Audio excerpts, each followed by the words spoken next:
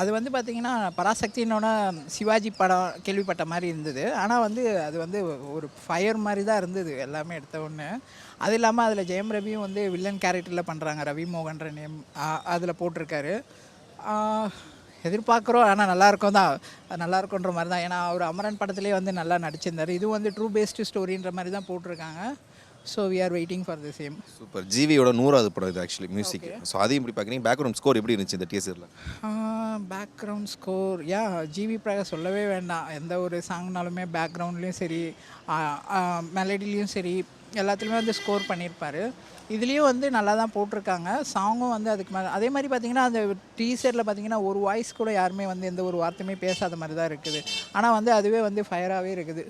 அது மாதிரியே தான் படம் இருக்குன்ற மாதிரி தான் எதிர்பார்க்குறோம். Super bro. ஸோ ஈகரா வெயிட் பண்ணிட்டு இருக்கீங்க. அதேமாரி இப்போ பார்த்தீங்கன்னா, மார்னிங் வந்து விஜய் ஆண்டனியோட படம் வந்து பார்த்தீங்கன்னா, பராசக்தின்னு சொல்லிட்டு ஒரு டைட்டில் பண்ணி வச்சிருக்காங்க. இப்போ இவரோட படமும் பராசக்தின்னு இருக்கு. இந்த இதை எப்படி பார்க்குறீங்க ஆக்சுவலி?